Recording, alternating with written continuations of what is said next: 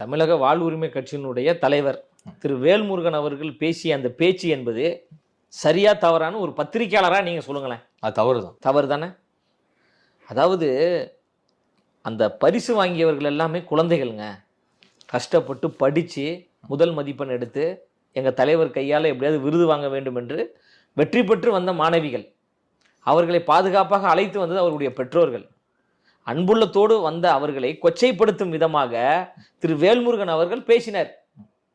அப்படி பேசிட்டு அப்பட்டமா போய் பேசுறாருங்க. நான் அப்படி பேசவே இல்லைன்னு உலகமே பார்த்ததே. அவர் பேசினதை, வேல்முருகன் அவர்கள் பேசியதை உலகமே பார்த்து வேல்முருகனுக்கு எதிராக பல்வேறு கண்டனங்களை பதிவு செய்து கொண்டிருக்காங்க பெண்கள், தாய்மார்கள் எல்லாம்.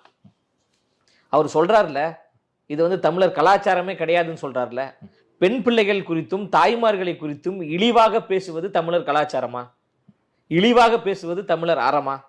இழிவாக பேசுவது தமிழர் பண்பாடா? இது குறித்து அண்ணன் வேல்முருகன் அவர்கள் பதில் சொல்வாரா?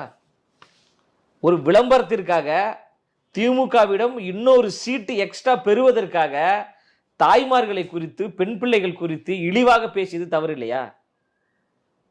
இன்ன வரைக்கும் அவர் மன்னிப்பு கேட்கலங்க. என்ன தலைவர் அவரு? மன்னிப்பு கேட்பவர் தாங்க மனுஷன். அதுதாங்க தமிழருடைய அறம், தமிழருடைய பண்பாடு, தமிழருடைய பாரம்பரியமே.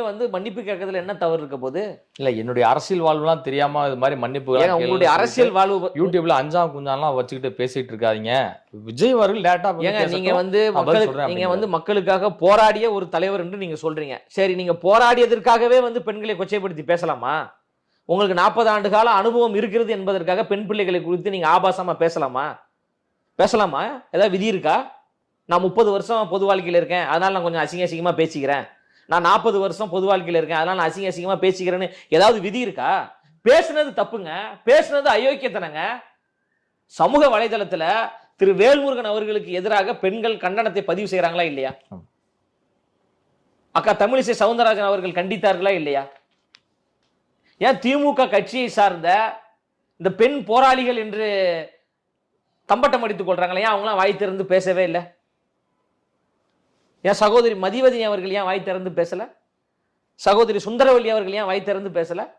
இந்த வாய்க்கிலேயே பேசுவாங்களே, எங்களுக்கு கட்சிக்கு எதிராக பேசணும் அப்படின்னா வாய்க்கிலேயே பேசக்கூடிய சகோதரி சர்மிளா அவர்கள் ஏன் வாய் திறந்து பேசல?